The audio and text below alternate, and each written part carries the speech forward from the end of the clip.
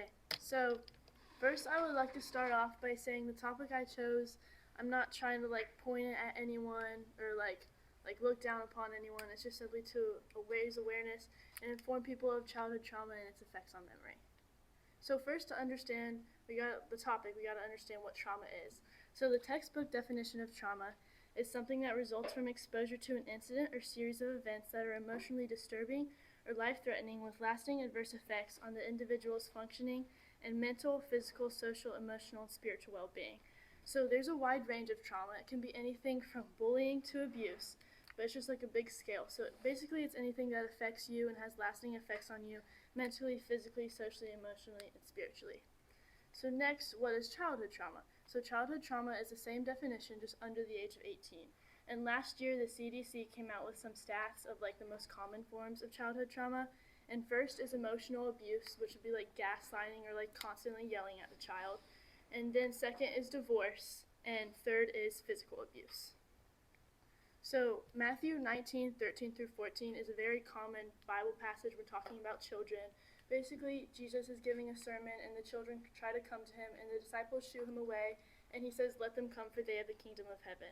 And in biblical times, like in society today, children are looked down upon because they're young, and same with childhood trauma. It's not talked about enough because children are thought to be resilient and that they'll get over it because they have the rest of their life to live, which is obviously not the case, and we'll get into that in this presentation.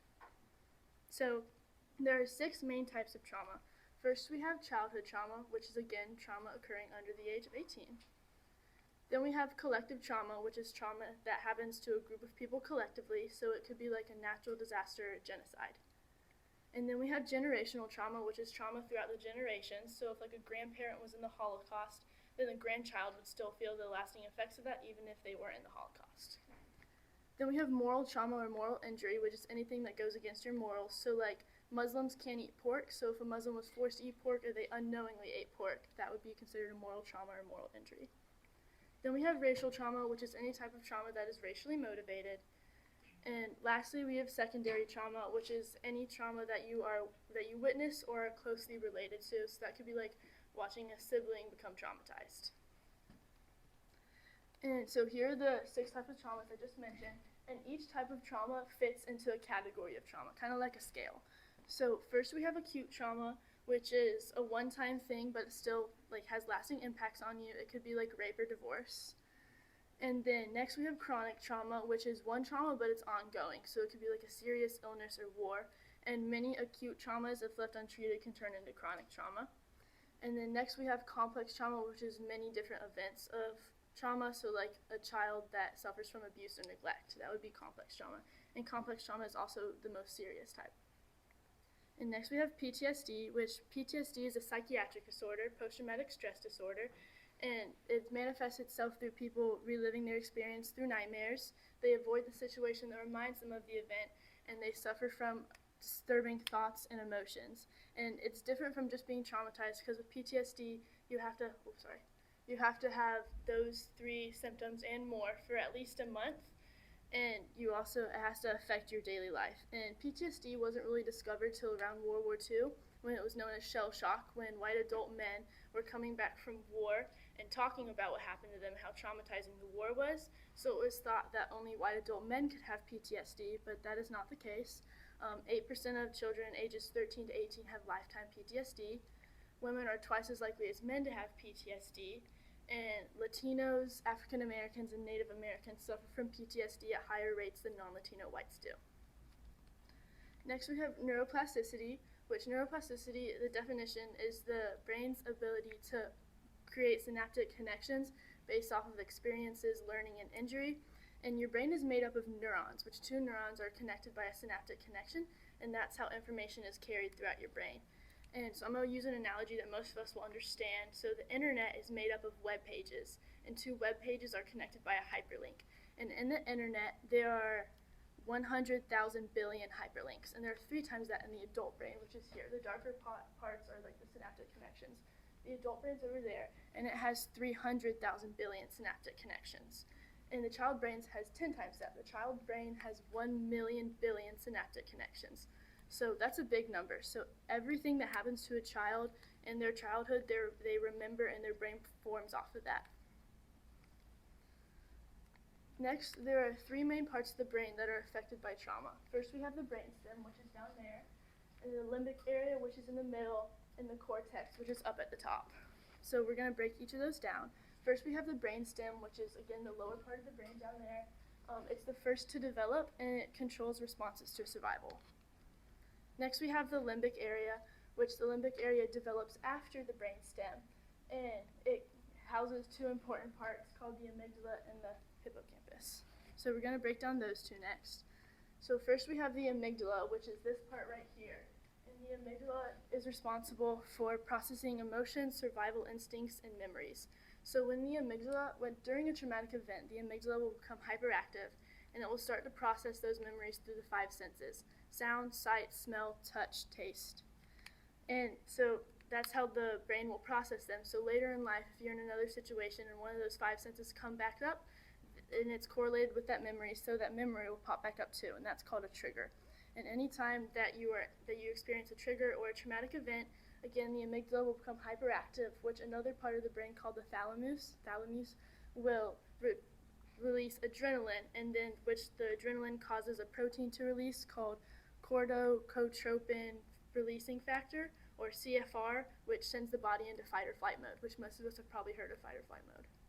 Next, we have the hippocampus, which is kind of like down below and behind the amygdala.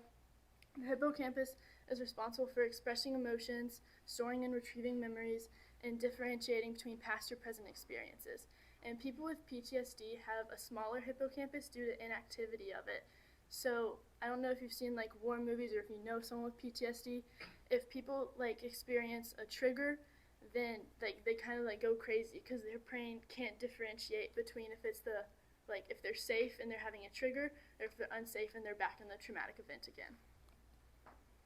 Next, we have the cortex, which it doesn't fully develop till adulthood. I'm sure most of us have heard our parents say like we can't make problem solve and make logical decisions because our brain isn't fully developed, and that is true. The cortex doesn't fully develop until adulthood, and it's responsible for the ability to problem solve, pause, think, reflect, and concentrate. So they're right. Again, our parents are actually correct. We don't have the brain power to think logically, and people with a smaller cortex, they have problems thinking logically and problem solving.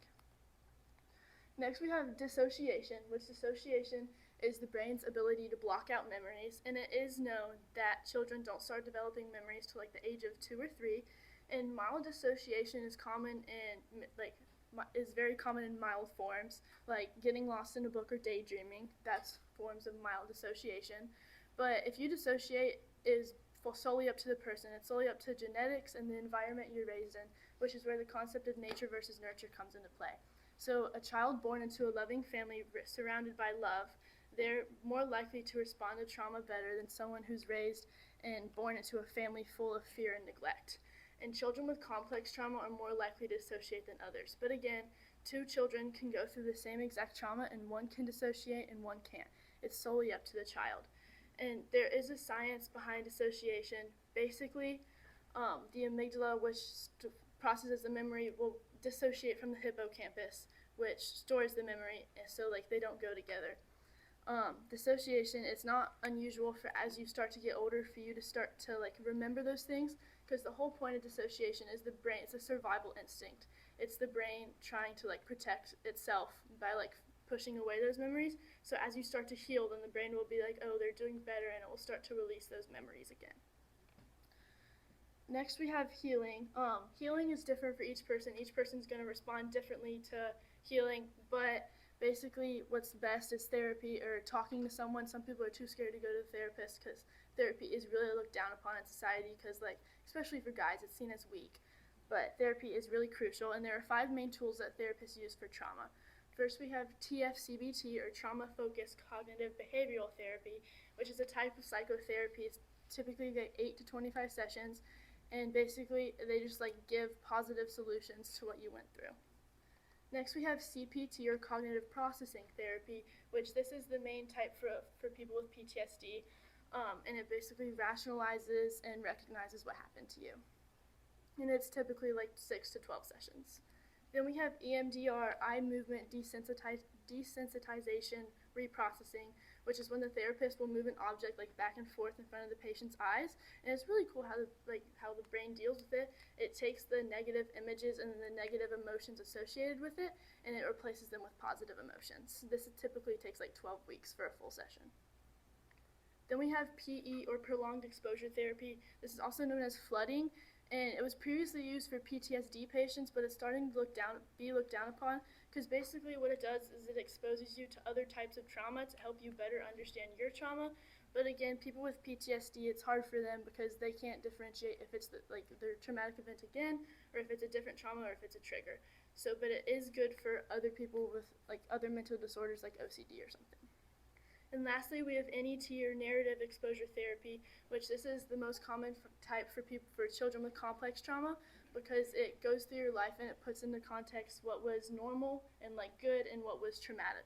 Because children who are raised in like those types of families with complex trauma, they don't understand that what they went through was traumatic because that's all they know. They don't start to realize till they're older and they start seeing other people's families that their childhood was not normal and actually very traumatic. So that's what NET is for. Right, next we have my opinion. Here's a bunch of photos of me when I was little. I was an everyday child. I dressed up. I went to Waffle House with my dad all the time. But I'm smiling in all those photos. But most people aren't going to realize that I don't remember most of my childhood, and neither do a lot of people that I know. And most people don't understand how common childhood trauma is. Most people will experience something traumatic before the age of 16.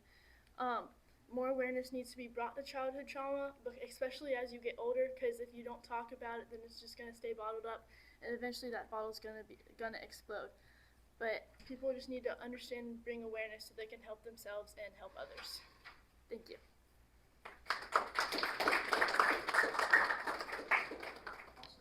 Awesome. That's Nathan. I think you're it. You got anything for Morgan? Good job. Thanks. There's so much information there, and you have 10 minutes. Yeah. So before you even start talking about trauma and its effects on memory, like there's so much groundwork you have to do to be fluent just in what trauma is. So well done. I really appreciate it. I think one question is, can you unpack? You moved through disassociation real quick. Can you go back to disassociation? Yeah. And explain it one more time, like I caught disassociation is There, skip it. There it is. similar to when you space out. Yeah. Right? Yeah. So full on disassociation, like can you go back and what is going on with trauma and memory of that moment? So, like, what part of it? What do you mean? Yeah, how is trauma affecting consciousness when disassociation is happening? So like the science behind it, like they like dissociate from each other. So like when like your memory and like the storing of it and the processing of it like don't go together. So your brain just kind of like pushes it aside. If that answers the question.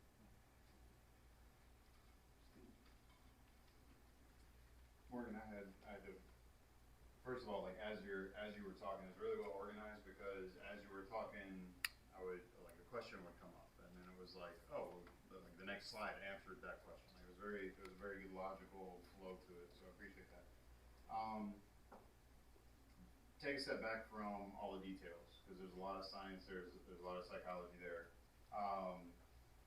and you're right that trauma, mental health, therapy, like this is one of the things I love hanging out with you all these days, from day to day, because you all have a much better. No, fine, leave. It wasn't a good question anyway. I love hanging out with you all most days because you all have a much better, much healthier, I think, view of all these issues. Matter of fact, I'll have a conversation with some of y'all sometimes where it's like, yeah, therapy's not all that. It's kind of looked down upon, and a lot of my students are kind of surprised at that, because why? Why would it be? It's helping people. You know, medicine's not looked down upon. This is just another type of helping people, right? All that to say, what I am seeing though is in the process of let's never talk about this and swinging back to yes, it's completely acceptable to talk about it. please correct, I would love to be wrong about this, so please correct me if you think I'm wrong. But it seems like we're moving in the direction of terms like trauma becoming almost kind of like a cool thing to have, if that makes sense. Like, oh, you have trauma, I have trauma, we all have trauma. Like, because it is this, like you mentioned, it's on a scale, right? Like there are better or worse, that are more impactful, less impactful. There's complex, like I love how you spelled out all the dimensions that this could go in. So one, correct me if I'm wrong about that. Two, is there any way you can help us distinguish, just kind of throwing it out there that, hey, this, you know, I got a parking ticket when I was 17. Like that's very traumatic experience. Like help us try to distinguish between, I don't mean to like, and here I am, like I feel like now I'm like gatekeeping trauma. Like you don't want to do that either, obviously, but like help us try to distinguish between trauma that, like true trauma versus just, I want to be involved. Yeah. Is the question making, I don't, Yeah, I I'm see what trying not you're to be saying. too, Yeah. yeah. Okay, so I am so. gonna have to agree with you that trauma is kind of like a trend, I would say. I was talking to one of my friend's dads last night, and he pointed out that like the people who like need help for trauma, like they aren't gonna talk about it. It's the ones that like don't really need help that like are like trendy about it. If you see what I'm saying.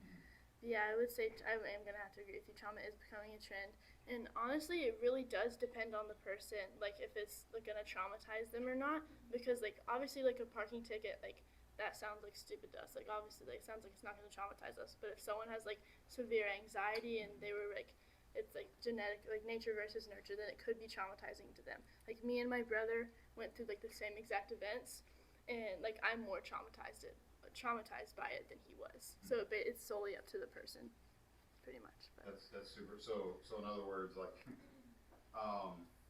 yeah, it makes sense. Like having interacted with folks that went through just some really severe things, it's like that. It's almost like the harsher it was, the less willing they are to talk about. Yeah. It, the more they want.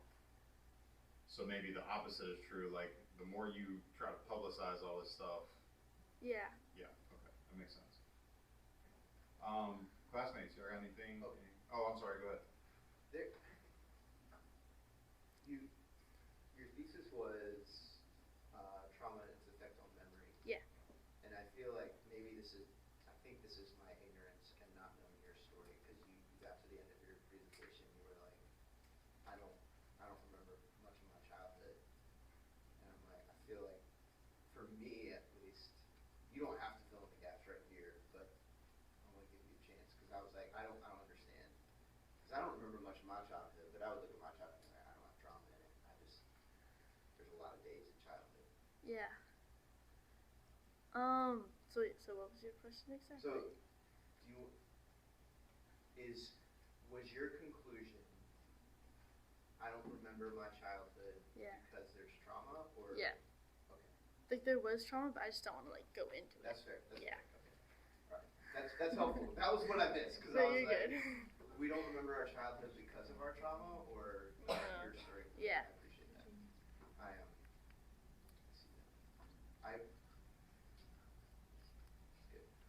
For someone that, can you give some handles to what is helpful and unhelpful ways to be a friend to someone?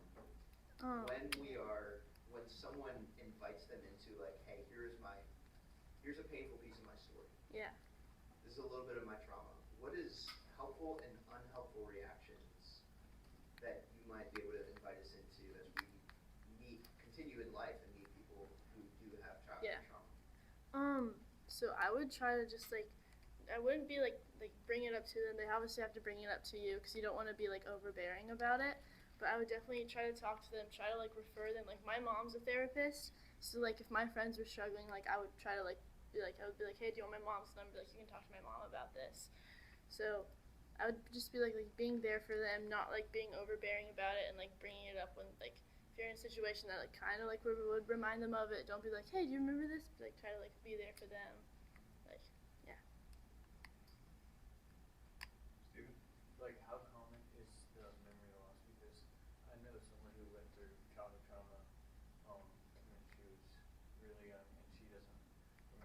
Mhm. from like the age of the trauma. Yeah. And like, how common is that? So it is pretty, obviously again, mild dissociation is very common. So dissociation is like a normal thing, but it's really depending on the person. I don't really know like a statistic for it, but I would say it is pretty common. Go ahead. I've got a stupid question. So I've been watching The Sopranos a lot, and kind of the big theme of that show is Tony Soprano is a mafia boss, but he has panic attacks, and he's got all this childhood trauma, and he's going to a therapist, but he doesn't want to tell anybody about it because it makes him look weak, and it's all this strife with mental health, I guess. And the theme that I see in it, and I don't know if that's even what they're trying to do in the show, but it's all these adult men that just act like children because they've had childhood trauma. So do you think there's a connection between not being able to be a functioning adult and childhood trauma? Yes, I would think, yeah. I feel like a lot of adults who missed out on their childhood, like they're gonna try to like go back because they miss. I don't know if that makes sense, but they're gonna try to like relive the childhood and like they're gonna act childish because like they missed out on that part, and they're not gonna know it, but like it's just how their brain works, I would say. Anything else?